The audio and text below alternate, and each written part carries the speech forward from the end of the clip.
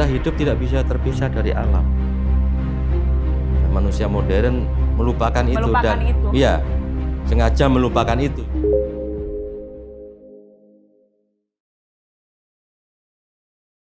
Teman-teman, kembali di podcast Desa Damai hari ini, dan hari ini kita akan secara khusus ngobrolin terkait dengan ekosistem lokal dan bagaimana kita merawat konservasi di wilayah hutan. Karena kita tahu bahwa relasi manusia dan alam adalah hal yang tidak bisa dipisahkan. Hari ini kita kedatangan tamu spesial. Beliau ada seorang figur yang dedikasinya untuk kemasyarakatan dan kehutanan sangat lama dan sangat panjang. 25 tahun beliau mengabdi sebagai abdi negara, sebagai seorang birokrat, tapi hari ini beliau menuangkan banyak karyanya melalui buku, dan juga beliau mendapatkan banyak sekali penghargaan atas dedikasinya. Hadir di sini Pak Insinyur Wiratno, biasa kita panggil Pak Inung. Terima kasih Mbak Olis. Ya, Pak Wir adalah salah satu sosok yang langka mungkin ya saya menyebutnya, karena beliau mau capek untuk turun langsung ke lapangan, mendengar aspirasi masyarakat dan mencarikan solusi. Banyak sekali karya-karya beliau yang ditulis dalam 16 buku tentang bagaimana relasi manusia dengan alam, dan juga atas dedikasinya Pak Wiratno yang biasa dipanggil Pak Anu ya Pak. Pak Inung. Pak Inung. Ya. Pak Inung juga mendapatkan banyak sekali penghargaan atas dedikasi beliau selama ini. Nah, dan beliau terakhir menjabat sebagai Direktur Jenderal Konservasi Sumber Daya Alam dan Ekosistem di Kementerian Lingkungan Hidup dan Kehutanan. Pak Inung merupakan seorang praktisi, seorang birokrat, seorang akademisi, dan beliau juga seorang yang hidup di masyarakat, membaur dengan alam, dan beliau banyak sekali karya-karya yang kita rasakan hingga saat ini. Nah, bagaimana kita mendengar kan beliau menceritakan pengalamannya, khususnya bagaimana sih sebenarnya ekosistem lokal ini merawat konservasi hutan. Pak Inung, saya sebenarnya berangkat dari program yang kita punya di Wahid Foundation, yaitu Desa Damai Tangguh Perubahan Iklim. Oh, keren. Ya, awalnya memang program ini kita rancang untuk melanjutkan visi kemanusiaannya Gus Dur, Prof. Jadi Gus Dur ini adalah figur yang unik. Beliau bisa berdamai dengan berbagai lapisan masyarakat, khususnya kelompok-kelompok masyarakat di akar rumput. Nah, melalui program ini kami mencoba bagaimana komunitas ini memiliki inisiatif, dan bagaimana kearifan lokal ini justru memperkuat harmoni di antara manusia. Nah, terlepas dari itu, berangkat dari itu, lalu kita menemukan di beberapa wilayah desa yang kita dampingi, masyarakat sangat menggantungkan hidupnya di wilayah hutan. Nah, akan tetapi mereka juga mengalami beberapa tantangan. Di antaranya adalah justru terkadang perebutan wilayah ini menimbulkan segregasi di antara masyarakat itu sendiri. Nah, saya berpikir bahwa sejatinya masyarakat sekitar, komunitas sekitar ini kan bagian dari ekosistem lokal itu sendiri gitu ya. Yang mungkin mereka sudah memiliki pengetahuan atau kearifan untuk mengelola sumber di hutan itu sendiri. Pak Inung, sebenarnya kami ingin coba bertanya ke hal yang paling mendasar. Sebenarnya apa sih ekosistem lokal itu, dan kaitannya dengan kehidupan masyarakat sehari-hari itu bagaimana, Pak? Ya, Mbak Olis, Indonesia ini kita memiliki kawasan hutan negara kira-kira 120 juta hektar. Sangat luas ya. Sangat luas. Ya. Ada hutan lindung yang fungsinya untuk melindungi kehidupan di bawahnya, pertanian produktif di bawah, produksi air, mencegah banjir, memperkuat, menjaga kesuburan tanah, ya, hutan lindung. Lalu ada hutan produksi yang untuk di masa lalu memproduksi kayu. Lalu ada lagi hutan konservasi atau kawasan konservasi, Mbak. Hutan lindung 30 juta, kawasan konservasi kira-kira 27 juta hektar. 27 ya. juta hektar. Nah, dari luas kawasan hutan negara sebesar itu, terdapat kira-kira kita Indonesia memiliki mungkin sekarang 74.000 desa, lebih mungkin sekarang ya. Ya, yang 27.000 desa itu berbatasan langsung dengan kawasan hutan negara itu. Yang Mbak Oli sampaikan tadi bahwa mereka tergantung hidupnya pada kelestarian hutan. Ya. Lalu di hutan konservasi, di kawasan konservasi ada kira-kira 7.000 desa yang juga berbatasan langsung dan bahkan ada masyarakat hukum adat. Jadi itu kondisi kita. Kekayaan tipe ekosistem alami Indonesia banyak sekali. Mulai dari hutan pegunungan, hutan tropis dataran rendah, ada hutan rawa, hutan gambut, hutan kerangas. Itu tipe-tipe ekosistem alami yang ada di Indonesia. Dan tadi ekosistem lokal itu ya sangat tergantung pada lokasinya di mana. Kalau di Jawa itu wilayah selatan itu daerah Kars, daerah Pegunungan Sewu dan memanjang itu wilayah Gamping, wilayah Kars yang sistem sungainya ada di bawah tanah, misalkan begitu. Nah, ada sebagian wilayah tipe ekosistem pegunungan yang masih aktif, misalkan kayak Merapi, Sinabung, wilayah-wilayah itu gunung-gunung di kawasan konservasi banyak sekali yang masih aktif. Dan itu juga salah satu di masa lalu menjadi bagian dari untuk menyuburkan tanah.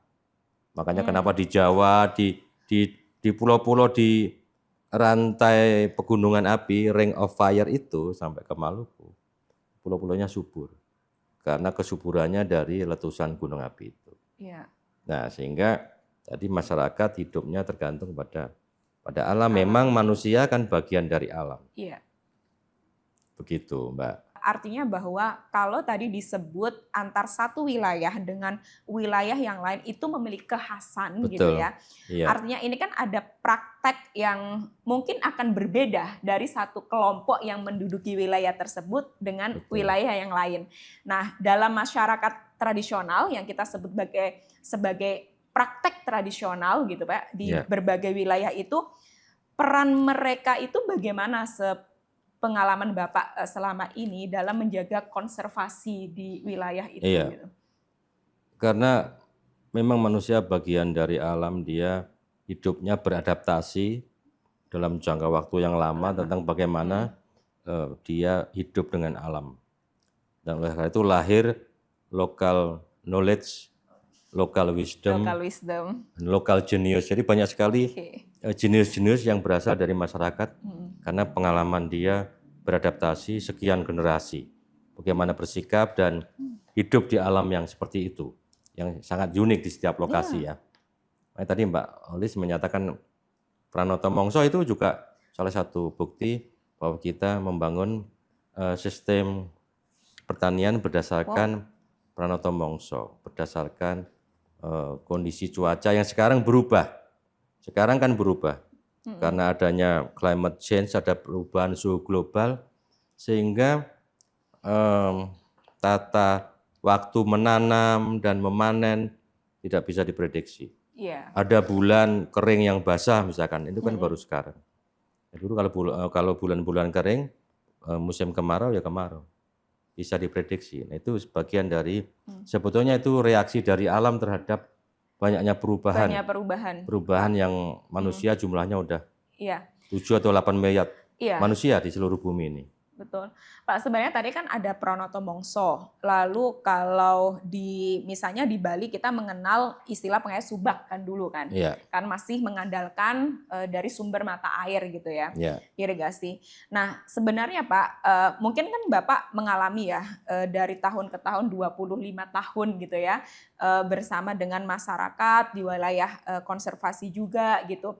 Ada nggak sih Pak sebenarnya kayak contoh komunitas yang mereka awalnya tetap menggunakan model kearifan lokal ini, lalu mereka mengalami sadar bahwa ada perubahan dan lalu mereka bisa beradaptasi dengan itu. Gitu. Ya, pertanyaan yang sulit ya. Pertanyaan sulit. Tapi ini tentu saja akan membuat banyak penasaran teman-teman karena selama ini terkait dengan perubahan iklim, Pak, itu kan Ya. kita banyak membincang gitu ya, Ya. terkait gini. Tapi pada dasarnya Indonesia itu nggak kurang-kurang loh sebenarnya local knowledge yang menjadi local wisdom dan menjadi local genius. Iya, iya. Ini Itu apa manusia istilahnya, keren? yang beradaptasi terhadap perubahan-perubahan itu. Begini, saya flashback, seorang ahli mengatakan bahwa spesies yang ada di bumi ini, Iya. yang sekarang hidup ini, itu telah beradaptasi terhadap suhu dingin zaman es yang berlapis-lapis. Ya, kata ahli ini. Tapi kita nggak tahu apakah manusia dan spesies yang ada sekarang mampu beradaptasi terhadap perubahan suhu bumi yang terus naik karena ya energi, karena pembakaran lahan yang tidak terkontrol, terutama gambut dan seterusnya. Jadi ada pertanyaan itu, riset question oleh para pakar. Ini ya yang kemudian Mbak tanyakan, apakah kemampuan adaptif manusia, masyarakat, kelompok tani ya terhadap perubahan-perubahan cuaca itu ada contohnya. Saya kasih model yang sangat ekstrim adalah Amatoa Kajang, satu kelompok masyarakat di Bulukumba di Sulawesi Selatan yang hidupnya sangat dekat dengan alam. Mereka tidak mengambil apapun dari alam itu kecuali air yang mengalir yang untuk mengairi sawah mereka. Masyarakat adat Amatoa Kajang ini luasnya hutannya hanya sekitar 300 hektar. 300 hektar. Ya, dan sebenarnya sudah ukurannya nggak begitu luas. tidak luas dan telah ditetapkan sebagai hutan adat oleh kementerian pada waktu itu oleh Ibu Siti Nurbaya. Ya. Dan mereka hidupnya sangat sederhana. Kalau kita ke Amatoa Kajang, kita nggak boleh pakai sepatu, bajunya harus hitam semua, dan tidak ada gelas dan macam-macam, apalagi plastik. Mereka pakai batok kelapa itu untuk minum, untuk makan, dan mereka mandiri, mereka berdaulat terhadap sistem pangannya, sama seperti Badui. Ya, Badui dan Kasepuhan. Teman-teman itu bahkan makan itu merupakan ritual yang sangat sakral.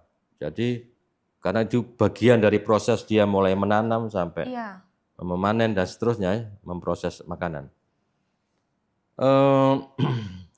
Di tempat lain ada yang saya teliti di Taman Nasional Bukit 12 di Jambi. Ya, pemerintah melindungi mereka karena mereka masih hidupnya tergantung pada alam. Ya, pada alam. Sehingga seluas 54.000 hektar Taman Nasional itu memang sebagian besar zona tradisional yang mereka boleh berburu, dan kita bahkan mempunyai mobile school ya, sekolah alam yang melanjutkan programnya Butet dulu. Jadi kita masuk hutan untuk mengajari anak-anak. Ada lagi sistem pertanian yang sudah berubah sebetulnya. Jadi kalau masyarakat Dayak itu kan sistem perladangan mereka itu kan 25 tahun, 30 tahun siklusnya. Jadi ketika dia kembali ke plot yang lama, dia sudah menjadi besar kembali. Ketika mau ditinggalkan, ditanami karet dan seterusnya. Tapi kemudian ruangnya menjadi berubah. Karena sebagian dipakai untuk pengusahaan hutan dan seterusnya, sehingga ruang kelola sistem perladangan tradisional itu menjadi berkurang menjadi 15 tahun, 10 tahun. Dan di Sumbawa, di Dompu, saya riset selama setengah tahun. Mereka mempunyai strategi rumah tangga petani untuk bertahan. Ada sawah tada hujan, ada kebun, ada pekarangan, ada proyek lamtoronisasi, macam-macam. Jadi sebenarnya setiap rumah tangga petani dia mempunyai strategi untuk survival, untuk bertahan hidup. Ya, termasuk terhadap perubahan iklim ini. Ya. Menarik, Pak. Iya, dan dengan teknologi di Taman Nasional Gunung Ciremai dilakukan penelitian, ditemukan mikroba yang bisa mempercepat pertumbuhan akar tanaman pertanian dan menanggulangi hama penyakit, sehingga tidak perlu pakai pupuk kimia, dan dan pestisida. Ini satu adaptasi terhadap perubahan-perubahan ya, dan menuju kepada green agriculture, sustainable agriculture without fertilizer yang sangat berbahaya untuk struktur dan kondisi tanah kita. Lalu ditemukan juga satu mikroba yang untuk menahan frost agar ada sayuran di pegunungan tinggi tidak mati karena frost, karena terlalu dingin suhunya.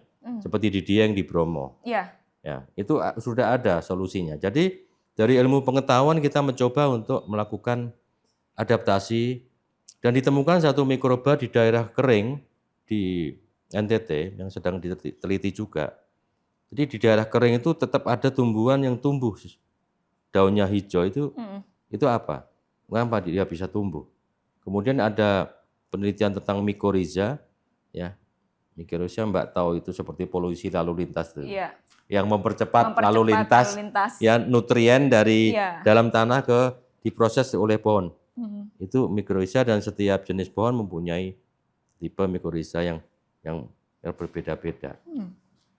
Mungkin belum menjawab itu tadi ya, apakah mampu kita?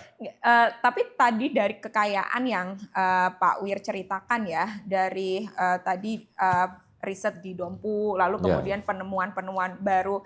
Sebenarnya saya ada sedikit pertanyaan yang menggelitik, Pak. Artinya perubahan ini, adaptasi ini kan bagian dari kalau mau nyebut fardu kok kayaknya ini bagian dari proses alam yang harus kita sesuaikan gitu ya. Nah, tapi juga kita tahu bahwa artinya terkait dengan lingkungan alam ini juga tidak bisa dilepaskan posisi dan relasi manusia itu sendiri. Nah, ada orang-orang yang mereka mau terbuka untuk menyesuaikan dengan penemuan-penemuan baru tadi ya. Mereka dibantu untuk penemuan-penemuan, tetapi juga ada orang-orang yang entah karena akses informasi yang terbatas sehingga mereka terkadang masih kekeh untuk melestarikan apa yang mereka yakini gitu. Meskipun tadi perubahan iklim itu ya nyata gitu. Mau nggak mau kita harus menyesuaikan, kita harus beradaptasi, kita harus berubah. Betul. Pak Wir pernah mengalami tantangan itu nggak bekerja dengan berbagai kelompok-kelompok marginal ini? Ya, saya sudah banyak menyaksikan di banyak desa terpencil dan di Mentawai misalkan ya. Mereka di Mentawai uniknya, Mentawai tidak pernah membakar lahan mereka untuk menyiapkan, ini unik. Ya, tidak seperti di tempat lain. Dia hanya menebas, kemudian membiarkan itu, tidak pernah dibakar. Ikut keunikan suku Mentawai. Ya, di tempat lain saya kira yang paling penting adalah bagaimana adaptasi itu lebih menuju pada intensifikasi, bukan ekstensifikasi, karena ruang kita terbatas. Betul. Terutama di Jawa ya, kalau perubahan sawah produktif menjadi pabrik dan perumahan ya, itu menjadi masalah besar. Terutama di Jawa Barat itu porsinya paling besar. Ya. Dan sekali lagi ada model pertanian yang beradaptasi terhadap kondisi alam. Di Megamendung satu yayasan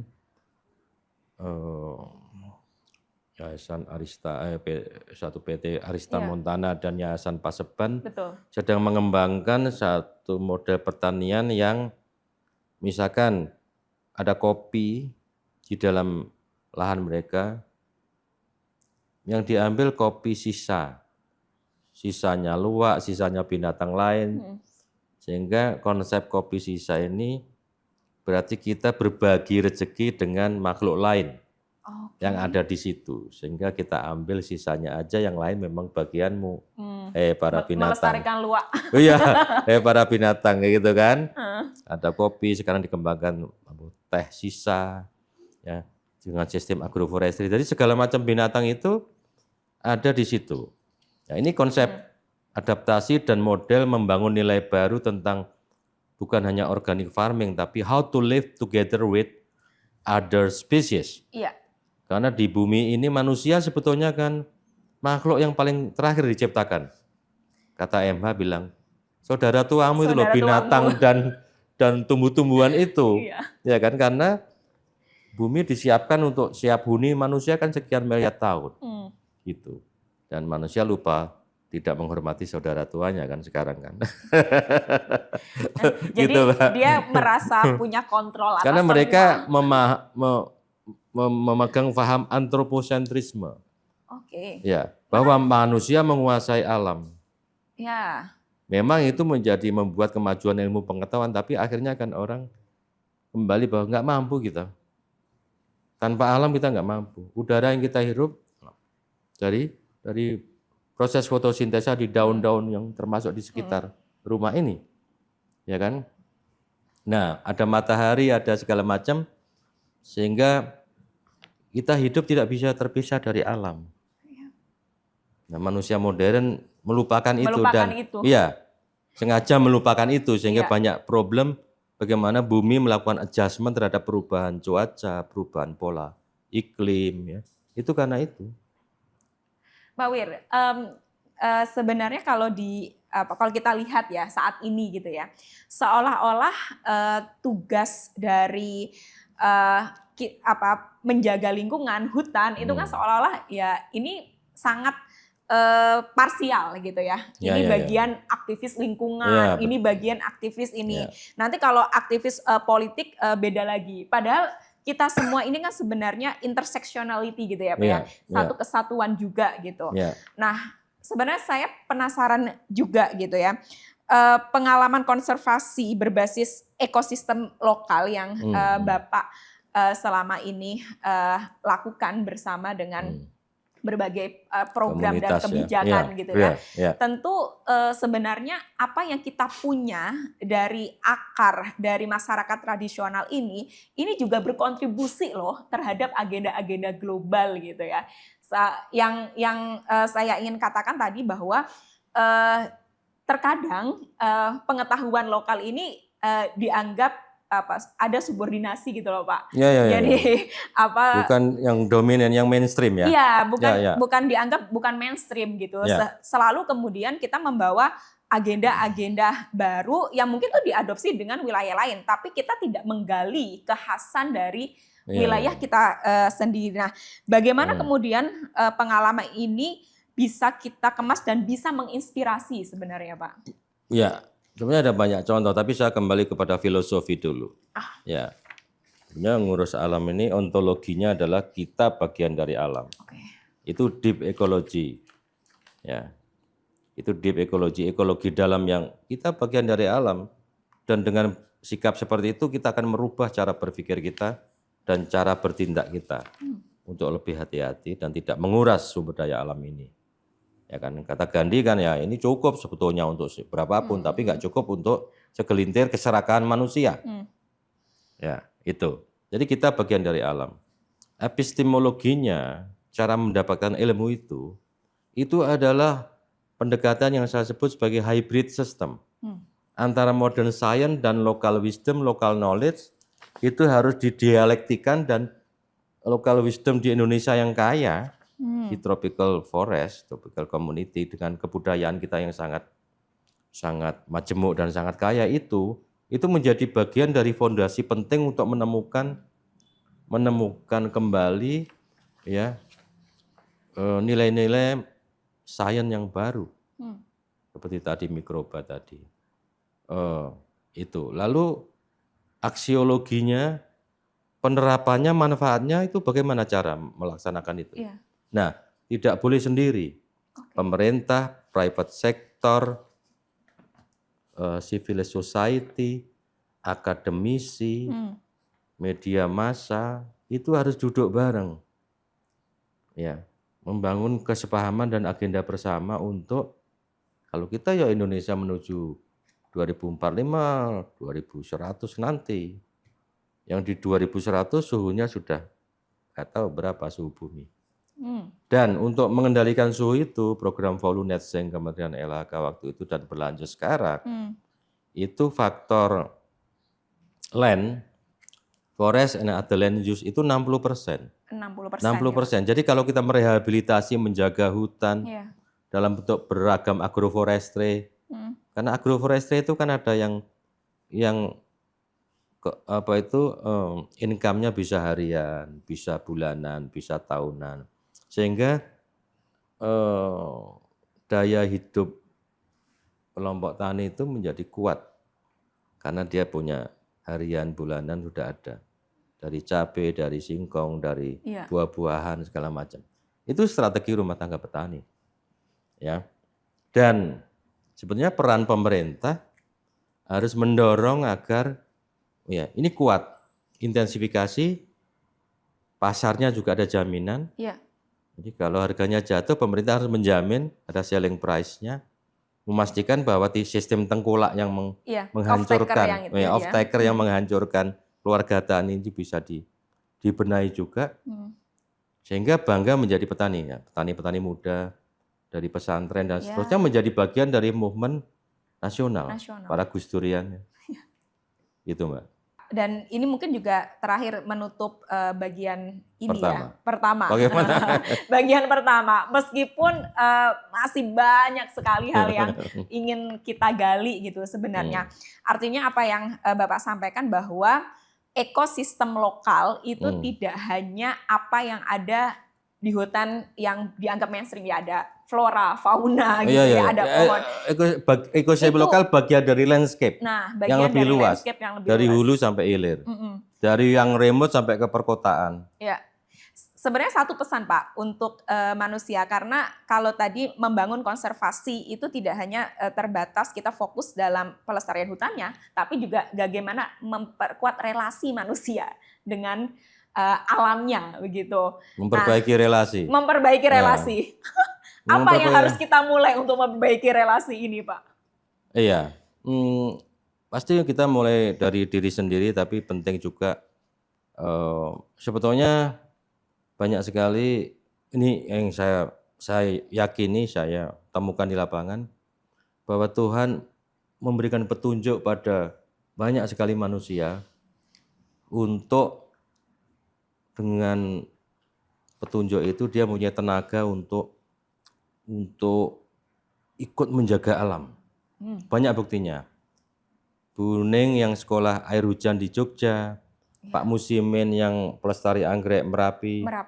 Itu banyak, Bu Rokmini di Lorelindu, dan di banyak tempat yang lain.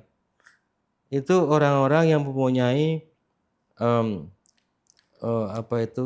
saya sebut sebagai self recharging energy. Self recharging energy. Energinya terus nggak habis-habisnya bertahun-tahun itu istiqomah untuk selalu ngurus alam, dan tidak semua orang bisa melakukan itu. Cuman ke depan mereka harus dibantu untuk dikoneksikan dengan jaringan yang lebih luas. Supaya energinya semua menjadi gelombang perubahan. Ya. Kita harus membuat gelombang perubahan. Bukan hanya mampu surfing di atas gelombang. Ya. Kitalah yang kelompok-kelompok itu bersama-sama bersepakat untuk membangun gelombang baru peradaban yang lebih bertanggung jawab dalam memanfaatkan bumi yang sebetulnya hanya satu-satunya ini di belantara planet galaksi ini kan baru bumi. Betul. Yang terbukti. Ya. Yang bisa dari jauh itu kelihatan biru. Nyatanya di bumi ini warna-warni. Iya, betul. Oke, Pak, tadi saya menggarisbawahi apa yang disampaikan oleh Pak Inung sangat kaya sekali gitu ya. Pada akhirnya bahwa menjaga ekosistem lokal itu adalah bagian dari cara kita untuk menjaga keberlangsungan hidup bersama. Terima kasih. Next, kita lanjut.